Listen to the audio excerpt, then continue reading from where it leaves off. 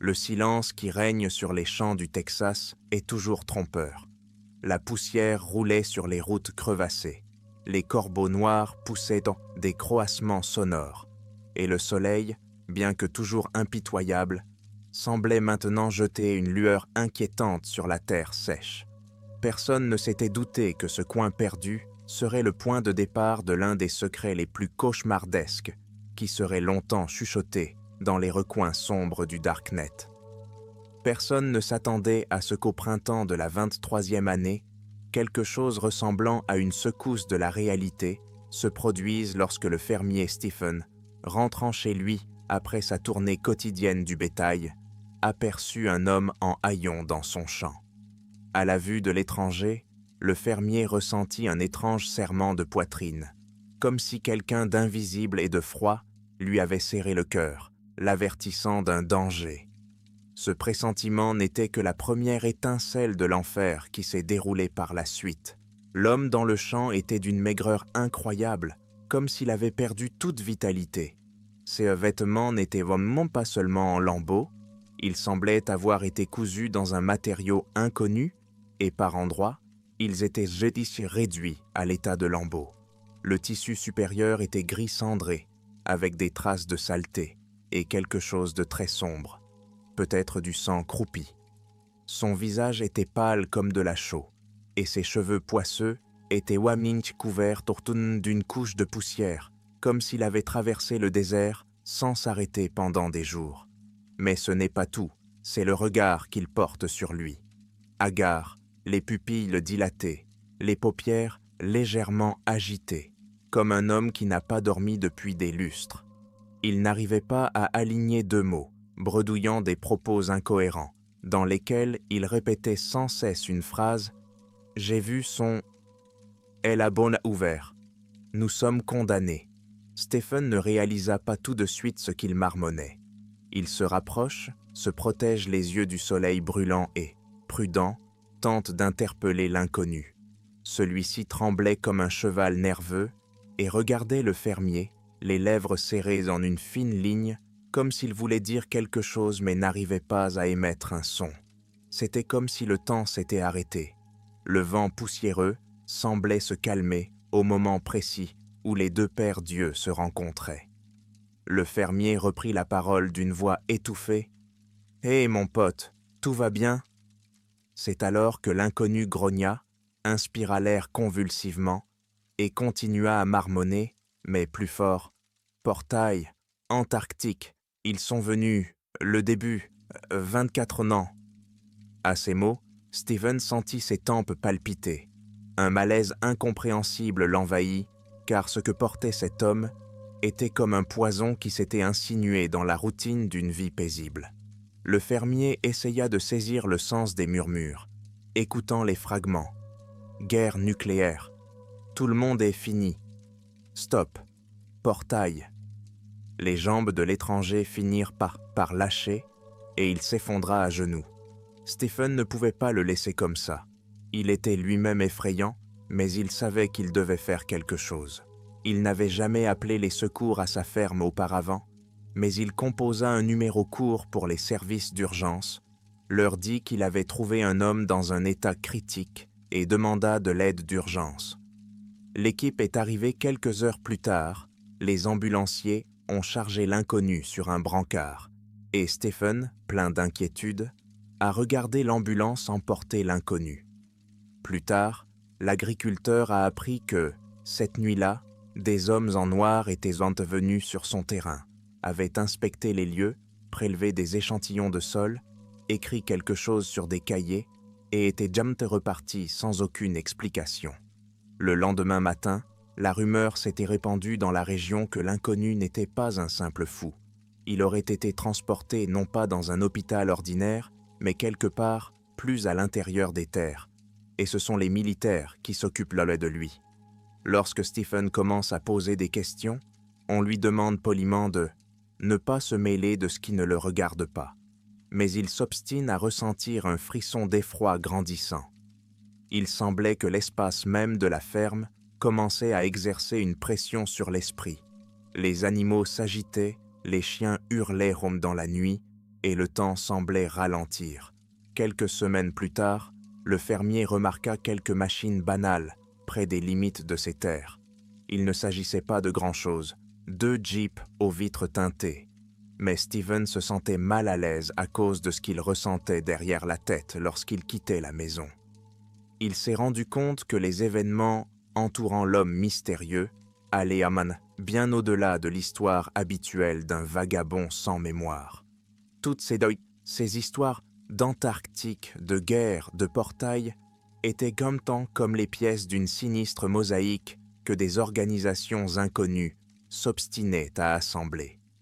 Très vite, la radio locale annonce que les forces de l'ordre pensent que l'apparition d'un sans-abri dans la ferme de Stephen est un accident.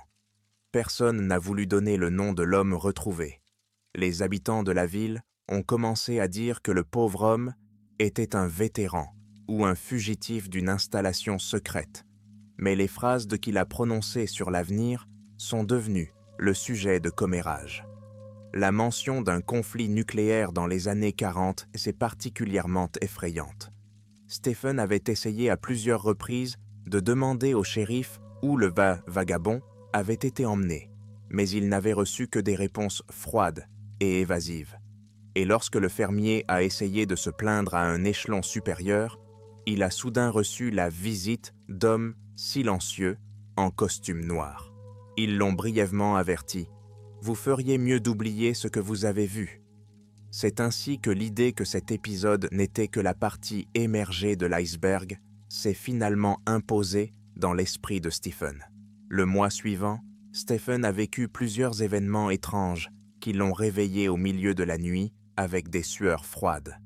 Des bruits de pas se faisaient entendre derrière la maison, comme si quelqu'un se promenait dans la cour et écoutait le moindre bruissement. Parfois, le fermier croyait voir à la fenêtre une ombre pâle, aux yeux enfoncés, très semblable au vagabond qu'il avait trouvé, mais il ne pouvait pas la voir en détail. Dès que le fermier s'alarmait et se précipitait à la porte, tout disparaissait. Un jour, il trouva à la porte une enveloppe bien fermée, à l'intérieur de laquelle il n'y avait qu'une photographie du désert glacé et d'un point à peine reconnaissable qui ressemblait à un trou rectangulaire dans le sol. Au verso de la photo, en lettres irrégulières et tremblantes, on pouvait lire « Antarctique, portes ouvertes ». Portes ouvertes. Stephen a l'impression de devenir fou. Il ne pouvait en parler à personne. Sa femme l'avait quitté pour des parents 1 an avant les événements. Ses anciens amis pensaient qu'il avait perdu la tête après une série de mauvaises récoltes.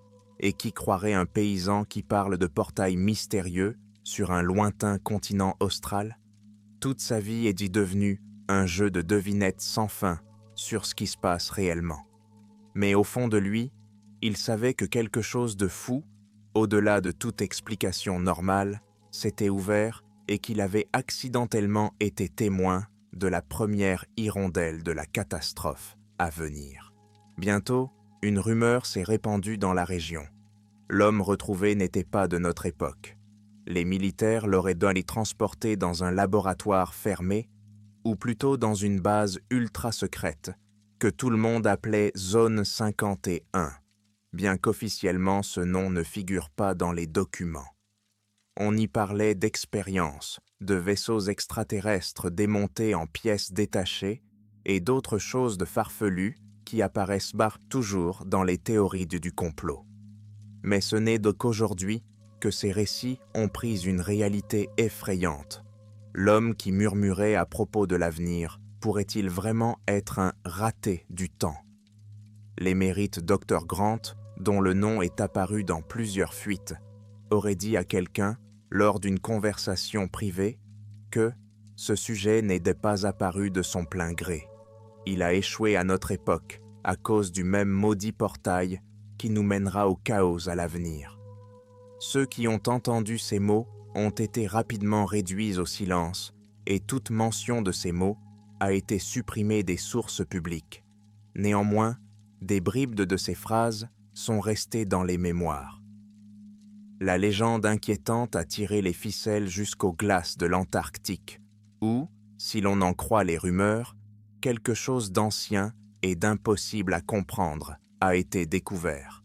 Pendant longtemps, on n'a rien su de ce qui s'était passé dans la zone 51 après la livraison de l'homme trouvé au Texas. Ce n'est qu'au cours de la 25e année que l'histoire a reçu de nouveaux détails grâce à un pirate informatique qui a publié sur le Darknet une série d'enregistrements, audio et de transcriptions intitulés « Fragments de l'interrogatoire ». Ils font référence à l'homme découvert par Steven et à ses chuchotements sur les horribles événements à venir. Avant que ces documents ne soient détruits, de nombreux internautes ont réussi à les sauvegarder sur leur disque dur. Par la suite, des experts ont comparé les voix et les bruits de fond et ont conclu que certains des enregistrements étaient effectivement authentiques. Mais l'important n'est pas seulement qu'ils soient là réels, c'est aussi l'horreur contenue dans les paroles prononcées. Selon les transcriptions, l'étranger s'appelait Mark et prétendait venir de la 46e année du 21e siècle, une époque qui avait déjà connu un conflit nucléaire mondial.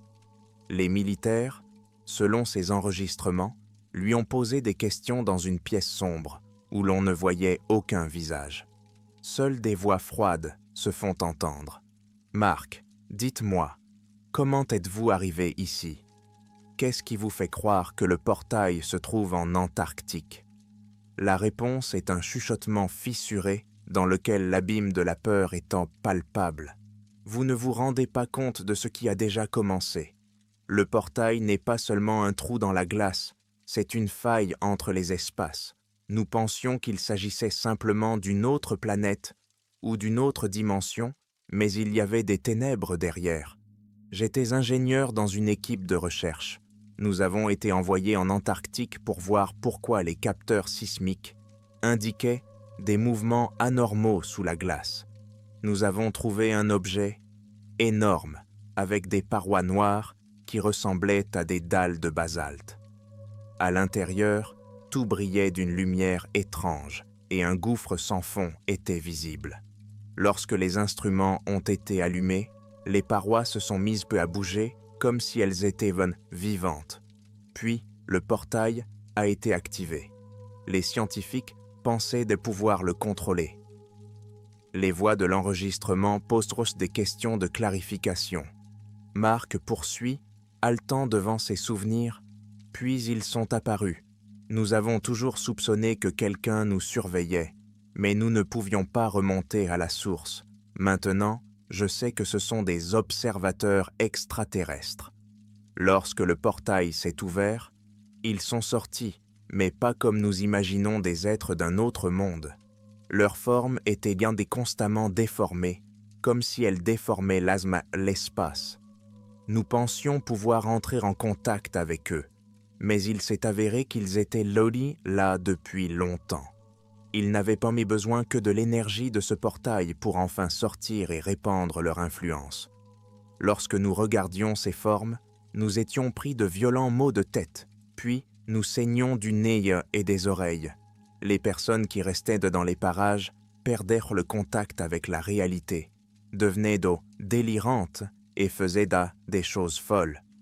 Les archives montrent que l'armée cherche à comprendre comment cela a pu conduire à une guerre nucléaire. Mark a répondu « Les gouvernements des différents pays n'ont pas tout de suite cru que la menace était réelle. Au début des années 40, une série d'anomalies est apparue. Des villages entiers disparaissaient dans des coins reculés. Les gens se plaignaient de mirages apparaissant devant leurs yeux.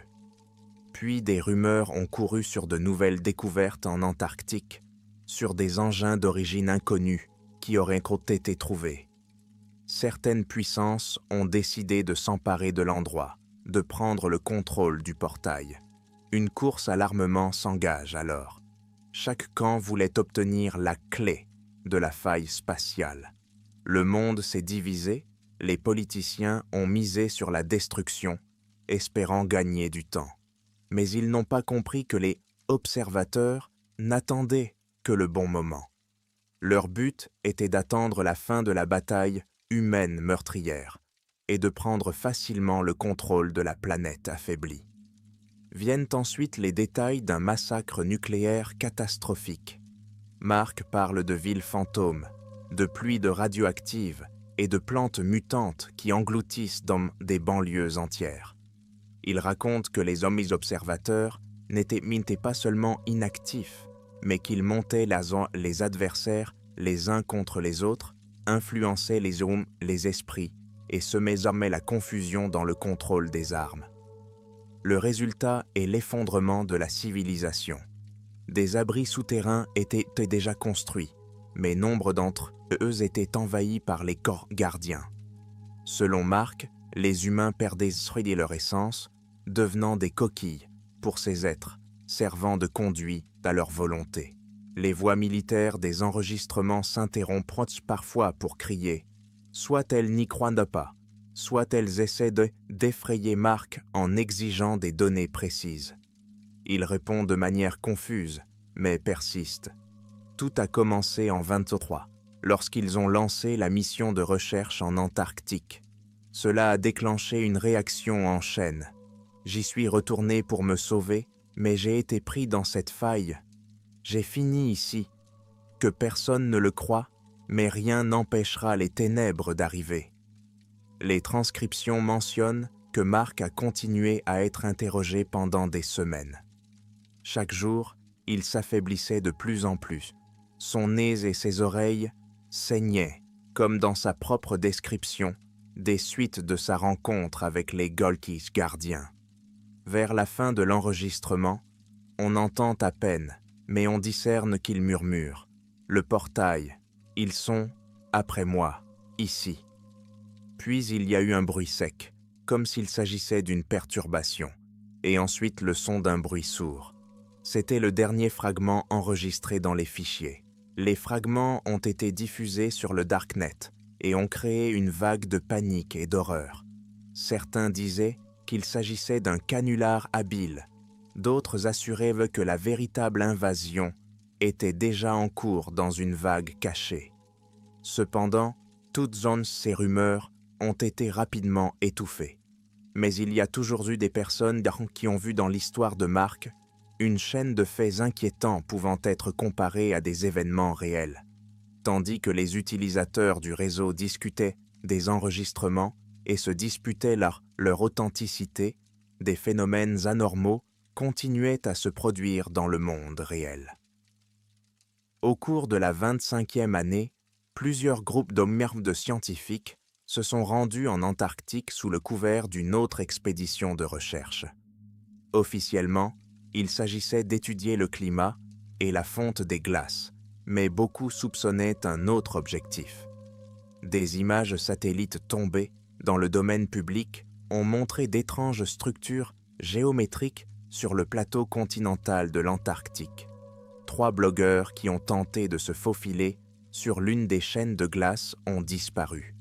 Il a été dit que l'armée avait strictement bloqué toutes les tentatives d'accès au secteur particulier où, selon Mark, se trouvait le portail maudit.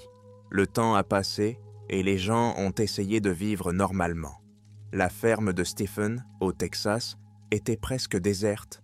Il s'est ruiné et a déménagé, effrayé par les visites étranges et sa propre anxiété impuissante. On dit que les nouveaux propriétaires ne sont pas restés sur place pendant 6 mois, confrontés à d'étranges flashs lumineux la nuit au-dessus du champ et à une pression mentale inexplicable. Ils sont partis sans comprendre ce qui se passait. La maison avait été revendue plusieurs fois, changeant de main comme un lieu maudit où, pour des raisons inconnues, les appareils tombaient en panne et les animaux tombaient sains et malades. Partout on sentait la trace de l'étranger trouvé en haillons, comme si sa présence avait été absorbée par le sol et empoisonnait désormais tout ce qui l'entourait. Dans le même temps, de nouveaux matériaux sont apparus sous des noms anonymes. Des détails sur l'enquête menée dans la zone 51, de prétendus scans de documents estampillés Top Secret, qui parlaient d'un certain projet Ice Abyss et qui indiquaient qu'en fait tout avait commencé bien avant la 23e année. C'est comme si le gouvernement, et pas seulement lui, avait déjà une idée de la nature de l'anomalie, mais qu'il l'avait passée sous silence, comptant sur une percée technologique. Les mots de marque sur les « observateurs » ne sont mentionnés nulle part de manière explicite, mais il y a une section décrivant des « entités de morphologie inconnue » capables d'affecter le psychisme du personnel. Il est donc question de personnes souffrant de nausées, de maux de tête et de peur, se transformant en panique lorsqu'elles les observent à travers des écrans de caméra. Curieusement, aucune image ou échantillon spécifique n'est cité dans les documents. Tout a disparu ou a été masqué par des marques top secrètes. De temps en temps, on rapporte que quelqu'un a remarqué des « lumières prodigieuses » dans des zones reculées du désert du Nevada, une brume clignotante qui change de couleur et de forme. Des habitants se sont plaints de rêves étranges dans lesquels ils voyaient un champ de glace sans fin et une porte noire d'où sortaient des yeux sans pupilles. Les gens se réveillaient en hurlant et en transpirant, puis marchaient d'un pâle et détachés pendant une journée. Les journaux ont essayé de ne pas en parler et les autorités ont plaisanté en disant que ce n'était qu'un mirage du désert. Mais dans les foules, l'inquiétude mystique grandit, comme si l'ombre du portail, ouvert dans l'Antarctique, glissait déjà autour du monde et que personne ne pouvait s'y soustraire. Bientôt, des archéologues travaillant sur des fouilles dans des zones montagneuses ont commencé à disparaître. La presse a accusé les catastrophes naturelles. Mais les théoriciens du complot l'ont assuré. Il existe des tunnels secrets menant à des objets anciens liés au portail, et ceux qui se risqueraient à y pénétrer sans autorisation deviendraient fous ou cesseraient d'exister. Ces rumeurs se sont multipliées et les structures militaires n'ont fait que resserrer leurs doigts tenaces, bloquant toute information. Il semble que les dirigeants du monde tentent de garder le contrôle de ce qui leur échappe. Dans les interrogatoires d'hommes de marque, une phrase fait particulièrement froid dans le dos. Ils marchent parmi nous. Les observateurs sont habiles à se déguiser, à substituer des traits. Leurs visages semblent être les nôtres, mais leurs yeux révèlent le vide. Beaucoup d'éléments laissent à penser que les principaux décideurs sur le sort de l'humanité sont peut-être déjà sous leur influence. Personne ne peut le vérifier directement, car toute tentative de pénétrer dans les zones interdites ou de prendre une photo en cachette est suivie de la disparition rapide des curieux. Au cours de la 25e année, les tensions au sein de la société ont atteint un point d'ébullition. La vague de crises économiques et politiques s'est intensifiée et des manifestations de masse ont commencé. Mais en plus de tout cela, la peur continue de planer. Les gens ont le vague sentiment que quelque chose de plus dangereux qu'un simple conflit humain est en train de se préparer. Au fil des semaines, les théories sur un bouleversement de la réalité se sont multipliées, comme si la planète se préparait à une transition qui entraînerait l'effondrement de l'humanité. Les mots Badifort sur le sort de l'espèce n'ont jamais semblé aussi réels. L'un des fragments les plus effrayants mis en ligne par le hacker contient l'enregistrement d'un étrange message vocal laissé par une personne qui aurait été en contact avec Mark avant qu'il ne soit finalement caché dans les profondeurs de l'Area 51. La voix de la femme parle rapidement, effrayée, comme si elle craignait d'être interrompue. Il a dit qu'il n'était pas revenu à la 23e année de son propre chef. Il a été jeté ici pour nous avertir. Mais la porte est ouverte. Nous aurons beau faire, ce trou existe déjà dans la glace. Celui qui parvient à le contrôler peut prendre le contrôle de la réalité. Il a dit que de telles tentatives sont vouées à l'échec parce que les observateurs sont plus forts que n'importe quelle folie humaine. Ils se nourrissent de notre énergie, de notre peur. Nous deviendrons une ressource brute pour eux, et ils prendront le contrôle du monde dans un moment de guerre. À ce moment-là, la voix a été interrompue. Il y a eu des bruissements, des cris, puis l'enregistrement s'est complètement interrompu. Tous ceux qui ont écouté ces documents ont eu le sentiment qu'il ne s'agissait pas d'une simple histoire. La voix transmettait une horreur authentique et primitive, difficile à simuler même pour un acteur talentueux. On avait l'impression que cette femme avait appris quelque chose sur ce qui allait se passer qui ferait taire même les plus robustes, et c'est peut-être pour cette connaissance qu'elle a été tuée. Bien sûr, les autorités officielles ont tout nié. Elles ne confirment pas l'existence du portail, et encore moins celle des pierres-observateurs.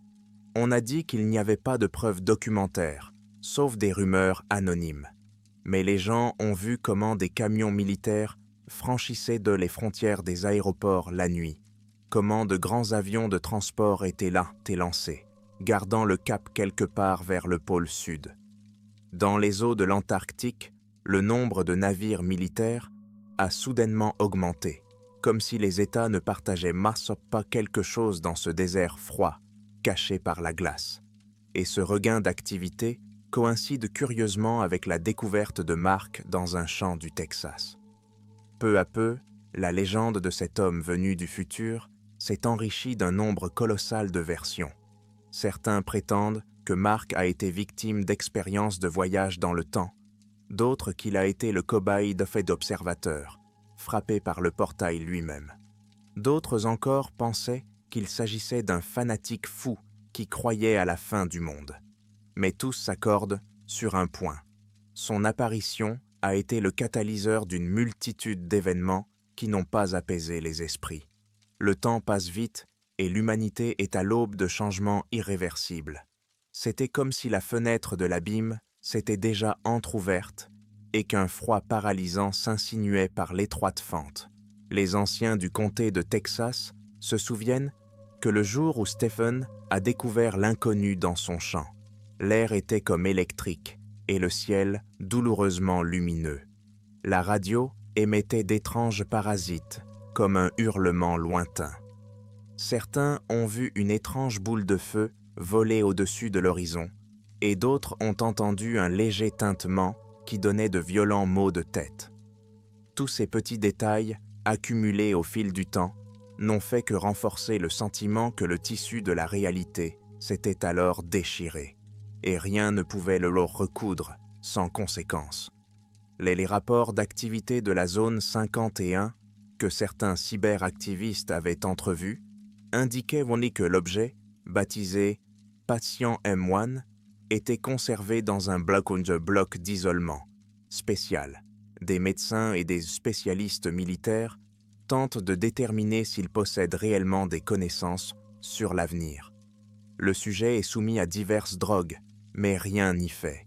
Il tombe dans l'inconscience, criant de temps en temps quelque chose comme « Regardez dans la glace, elle respire » ou « Nous ne pourrons pas fermer la porte à temps ». Curieusement, tous ceux qui ont été en contact avec lui pendant plus de quelques jours ont commencé à se plaindre de violents maux de tête et de troubles du sommeil. Certains ont développé des crises d'agressivité incontrôlables. Selon des informations non confirmées, plusieurs employés du laboratoire se sont rapidement suicidés, laissant des notes contenant des phrases incompréhensibles. Ils m'ont emmené. Je les vois à travers les murs. Les rumeurs et les faits se mélangent pour former une bouillie dans laquelle il est impossible de discerner la vérité. Mais tout indique que le portail de l'Antarctique a été ouvert ou est en cours d'activation, et que son déclenchement promet une catastrophe, inégalée par rapport à tout ce que l'humanité a connu jusqu'à présent. Mark répétait inlassablement dans ses monologues, lors de ses interrogatoires, « Les ténèbres de l'espace cherchent à pénétrer notre monde. Elles ont besoin de l'énergie de la guerre, de l'énergie de la souffrance collective. C'est pourquoi un conflit nucléaire a éclaté à mon époque. Nous n'étions que des marionnettes, et les gardiens ont joué sur notre folie, nous poussant de front pour tirer davantage de pouvoir du carnage mondial. La situation devient de plus en plus tendue. Des conflits éclatent aux quatre coins du monde, que la presse attribue à des contradictions politiques. Mais ceux qui croient à l'histoire de Marc sont convaincus que les « observateurs » sont déjà en train de mettre en place leur réseau, d'infiltrer le gouvernement et les esprits des plus hauts responsables. Au fil des années, les prochaines expéditions militaires s'envolent vers les glaces de l'Antarctique, mais personne n'en rapporte les résultats exacts. Des rumeurs circulent selon lesquelles les autorités américaines et autres déploient des moyens sans précédent pour protéger le pôle Sud. Mais de quoi s'agit-il exactement? Les personnes qui ont pris connaissance des fragments de l'interrogatoire ont paniqué, surtout lorsque des clips contenant des prises de vue inexplicables sont apparus sur le net. Une énorme structure noire s'élevant au milieu de la glace, d'étranges éclairs de lumière verte, comme si la foudre se déchargeait à l'intérieur du portail lui-même. Bien entendu, les sceptiques ont accusé les auteurs de montage et de falsification, et beaucoup étaient plus enclins à croire qu'il s'agissait d'une fiction qu'à accepter que quelque part dans la faille de l'espace se cachait une menace primitive. Steven, le fermier, n'avait pas été vu en ville depuis longtemps.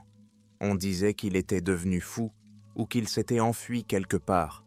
Quelqu'un affirmait avoir vu sa voiture sur la route menant à un centre de recherche, loin du Texas, comme s'il cherchait à trouver lui-même ce laboratoire et à savoir ce qu'était devenu l'homme mystérieux qu'il avait jadis recueilli dans son champ.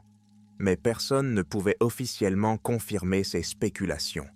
Une nuit, cependant, la voix familière de Stephen a soudainement coupé la radio que le camionneur captait. « J'ai trouvé quelque chose. Ils ont menti. Ils sont nombreux. Ils marchent parmi nous. Si vous entendez ceci, méfiez-vous. » Puis il y a eu un bruit statique et le silence. On n'a plus jamais entendu parler de lui. Les fragments déclassifiés des interrogatoires militaires de Marc ont rapidement disparu de l'accès libre, et les documents originaux ont été retirés de la plupart des serveurs. Les hackers qui les avaient publiés ont disparu, certains écrivant qu'ils avaient été traqués et réduits au silence. Mais des copies sont restées dans un petit cercle et, de temps en temps, elles ont fait surface dans des coins cachés du Darknet, réveillant une peur ancestrale. Chaque publication provoquait une vague de rumeurs, comme s'il existait encore des archives où Marc détaillait la fin de l'humanité et le plan des observateurs pour préparer une future invasion. Mais ces documents, s'ils existent, personne ne les a vus, ou bien ceux qui les avaient vus ne pouvaient plus en parler. Certains témoins oculaires ont affirmé que des stations scientifiques entières en Antarctique ont commencé à disparaître. Les rapports officiels font état de conditions météorologiques extrêmes, mais si l'on en croit les rapports secrets, il ne restait, à l'endroit où se trouvaient ces stations, que du métal mutilé et d'immenses trous dans la glace, comme les marques d'un mécanisme colossal. Ou peut-être quelque chose qui n'est pas tout à fait mécanique. De rares survivants ont décrit avoir entendu un appel venant du sous-sol qui les a rendus fous. À proximité des anomalies, les gens perdaient le sens de l'orientation, parlaient à tort et à travers, voyaient cueillir des moroquis sous la forme de personnes familières aux yeux vides. Dans ces moments terribles, une personne pouvait suivre son hallucination n'importe où et même pénétrer dans l'abîme. Quelqu'un s'est souvenu des paroles de Marc selon lesquelles « les beaux veilleurs se nourrissent de nos émotions ». Lorsque les gens mouraient, pris de panique et de douleur, les entités des veilleurs se renforçaient. Ce raisonnement semblait insensé, mais il expliquait pourquoi les conflits balayaient le monde et que les frictions politiques croissantes provoquaient chaque jour de nouvelles tragédies.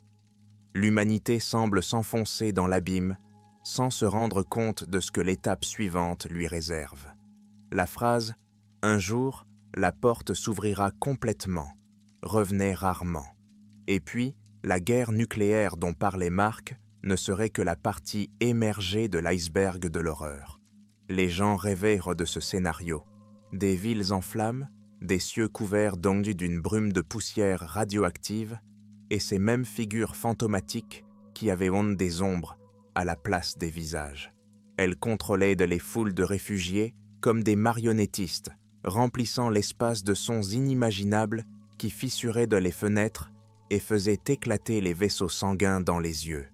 Et tout cela n'était que la préparation de quelque chose d'encore plus cauchemardesque, dépassant l'entendement. Sur l'Internet, les gens ont essayé de trouver des restes d'espoir. Certains pensaient que l'humanité fermerait le portail à temps ou créerait une barrière de protection.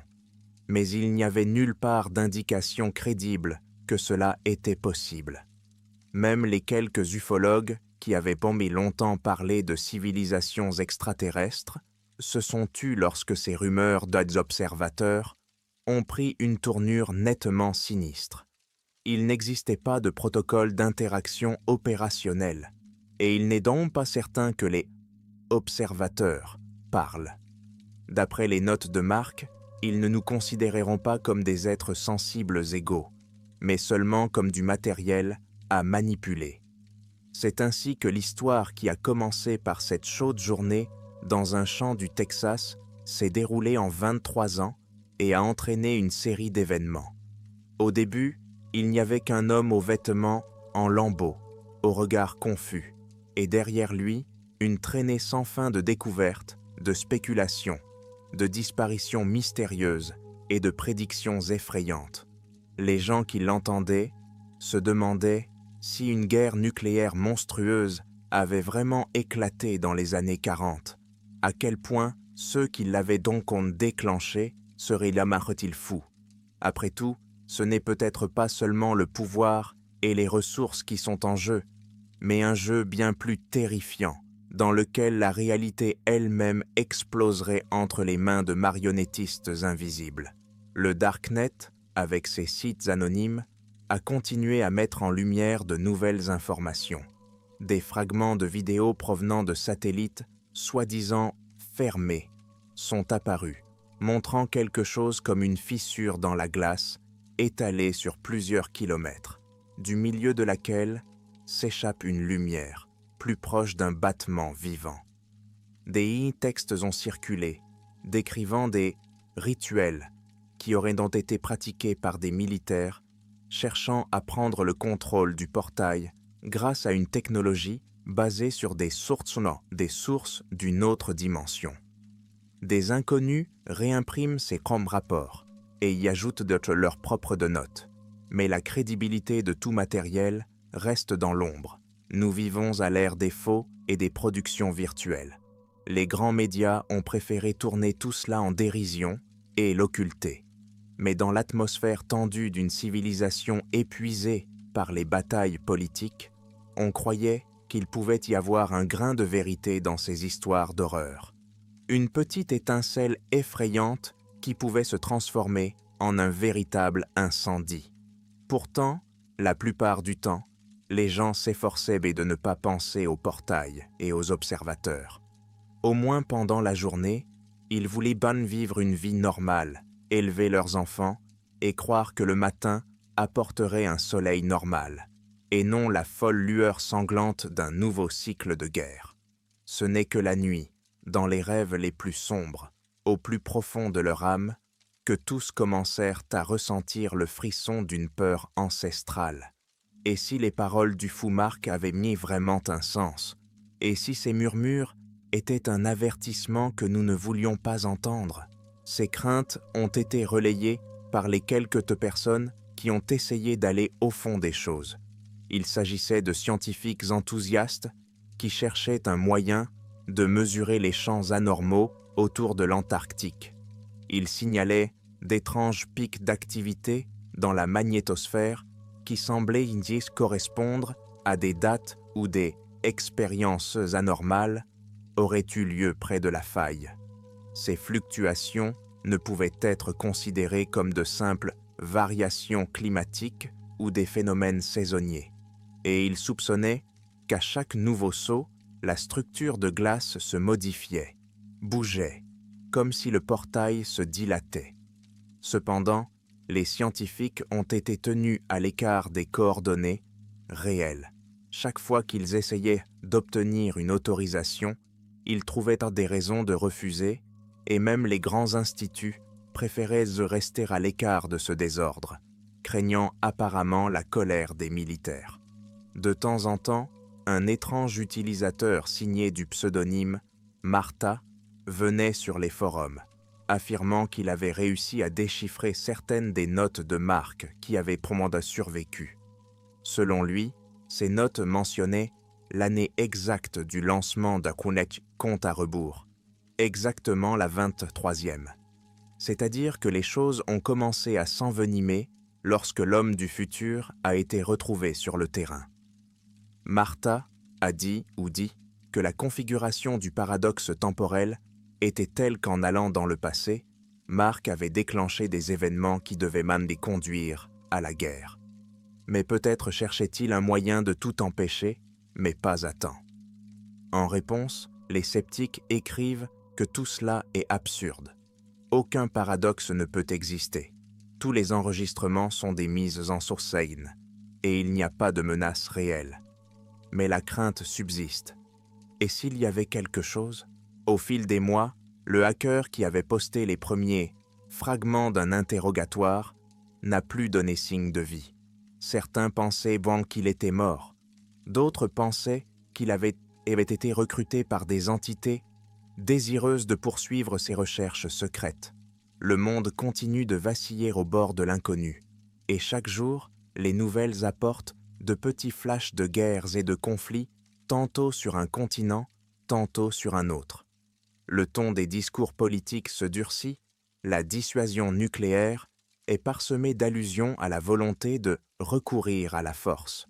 Personne ne peut dire quand le coup de grâce sera porté, car selon Mark, il le sera au début des années 40, mais le germe de la guerre se profile déjà visiblement dans l'éclat des événements d'aujourd'hui. Toute cette histoire est restée le plus grand cauchemar, se propageant dans les recoins secrets d'Internet et dans l'esprit de ceux qui l'ont côtoyé.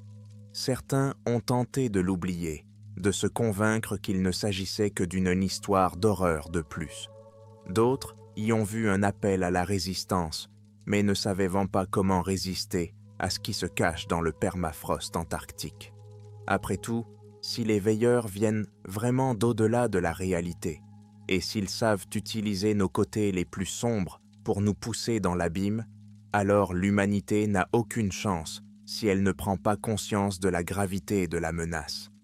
Mais qui convaincra les gouvernements et les entreprises d'arrêter le jeu mortel autour du portail? C'est ainsi que le temps s'est écoulé. Personne ne voyait Stephen. Personne n'entendait Mark. Des documents secrets surgissaient par fragments, par flash, lorsqu'un anonyme osait lâcher un petit bout de vérité, puis disparaissait dans une direction inconnue. L'inquiétude dans le monde devenait de plus en plus forte. Chaque jour, les gens attendent la prochaine nouvelle. Une réalité terrifiante où son fantôme vivait dans toutes ses allusions à une future folie nucléaire, préparée par les observateurs pour prendre possession de notre planète dans le chaos et la ruine. À ce jour, personne ne sait où a disparu celui que le fermier a trouvé dans le champ. Peut-être l'armée s'est-elle chargée de sa destruction totale, ou peut-être existe-t-il toujours dans une installation secrète, désormais dépourvue de volonté et de conscience, servant de conduit pour des expériences. La rumeur veut que son corps, mutilé et flétri, soit conservé dans une chambre cryogénique afin que les scientifiques puissent étudier des pathologies de temporaire.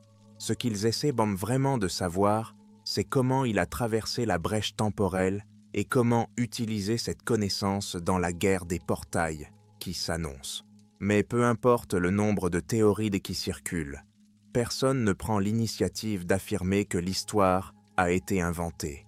Il y a trop de preuves indirectes, trop de disparitions et d'anomalies, trop d'échos inquiétants des avertissements des années 40 et du carnage planétaire vers lequel notre monde fracturé semble se diriger, pas à pas. Les hommes ont cherché le salut, ou du moins une lumière dans ces ténèbres. Mais en vain. Une ombre sombre s'est abattue sur notre histoire, et si l'on en croit le mystérieux Marc, elle nous conduira inévitablement au portail que nous avons imprudemment ouvert au cœur de l'Antarctique.